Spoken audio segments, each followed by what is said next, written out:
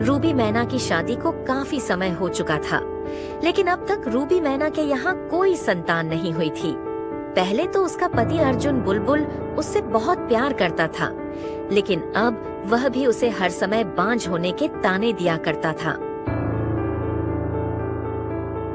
क्या क्या आशाएं थीं मेरे दिल में। हमारे बच्चे होंगे, भरा पूरा परिवार होगा। मुझे क्या पता था कि तुम बांझ हो और मैं एक बांझ मैना से शादी कर बैठा। संतान का होना या न होना मेरे बस की बात थोड़ी है। अगर हमारे भाग्य में संतान हुई तो भगवान जरूर देगा। अब जाओ और अपना भोजन ले आओ। मैं कहाँ से भोजन लाकर तुम्हारा पेट भरूं? पति जी, सबके पति ही भोजन लाते हैं। आप कौन से अकेले मेरे लिए लाते हो? एक बार कह दिया, अब के बाद अपना भोजन खुद ही लाया करो। रूबी मैना वहाँ से जाने ही वाली थी कि तभी अर्जुन बुलबुल का मामा जी आ जाता है। आओ आओ मामा जी, आज बिना बताए कैसे आना हुआ? एक जरूरी काम से आया हूँ। ये बताओ, तुम्हारी पत्नी ने अब तक कोई अंडा दिया या नहीं? मामा जी, यही तो मैं अभी अभी रो रहा था। मेरा भी दिल करता है कि मेरी भी संतान हो, और ये है कि हर समय खाने पर जोर देती रहती है। इसे तो संतान की जरूरत ही नहीं। ये आप मेरे दिल से पूछ कर तो देखिए। आप तो रात को सो जाते हैं और मैं सारी रात रोती रहती हूँ। शादी के बाद हर मैना की इच्छा होती है कि वह माँ बने। मामा जी, ये आप क्या कह रहे हैं? क्या आप मेरे ऊपर सौतन लाने की सोच रहे हैं? रूबी मैना से ये बातें बर्दाश्त नहीं हो रही थीं, लेकिन वह कुछ कर भी नहीं सकती थी, इसलिए वह वहाँ से चली जाती है। तुम कल आना और विवाह करके ले आना उसे। वो तुम्हारे घर को अच्छे से संभालेगी और फिर जल्दी ही तुम्हारे घोंसले में भी छोटे छोटे बच्चे होंगे।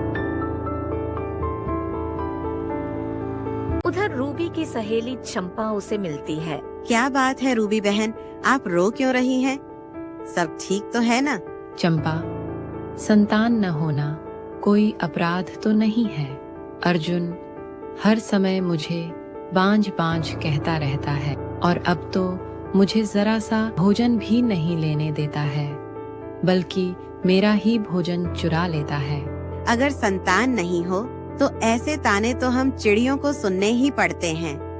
आज अर्जुन का मामा जी आया हुआ था और वो तो उसकी दूसरी शादी कराने की बात कर रहे थे। मुझे पहले ही डर था, अगर अर्जुन मान गया तो वो जरूर दूसरी शादी करेगा। उसने तो मेरी भी शर्म नहीं की, मेरे सामने ही मामा जी को हाँ कर दी थी। अच्छा, अब चुप हो जाओ। ये लो, अमरूद खा लो। टोनी तोता दे गया था, बहुत मीठा है। फिर ऐसे ही शाम हो जाती है। रूबी और चंपा वहाँ से चली जाती हैं। वो मेरी लाल वाली पगड़ी जो मैंने शादी में पहनी थी, वो कहाँ रखी है? वो पड़ी है, और वो फूलों की माला। लेकिन जब आपने मुझसे शादी की थी तो एक वचन दिया था कि आप मुझे कभी नहीं छोड़ेंगे। तो मैं छोड़ कब रहा हूँ तुम्हें? मैं तो अपने मामा जी के कहने पर दूसरी शादी कर रहा हूँ, और वो भी संतान के लिए। अगर तुम बांझ न होती तो मैं कभी दूसरी शादी न करता। आपको मुझसे प्यार ही नहीं था। अगर होता तो ऐसा न करते। मैं मानती हूँ संतान के बिना रहना मुश्किल है, पर जितनी इच्छा आपको है उतनी ही मुझे भी।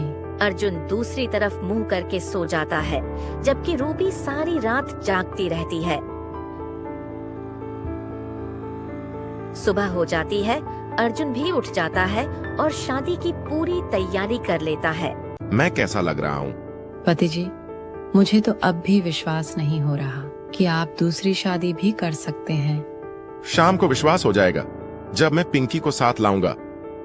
फिर अर्जुन बुलबुल वहाँ से चला जाता है।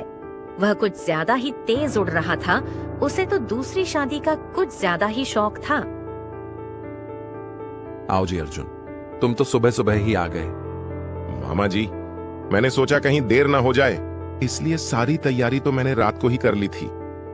तो फिर चलो, पिंकी को भी मैंने कल ही बता दिया था, वो भी तैयार ही होगी। फिर अर्जुन और मामा जी पिंकी मैना के घर जाते हैं। पिंकी जी, मैं अर्जुन हूँ। मामा जी ने आपको सब कुछ बताया होगा।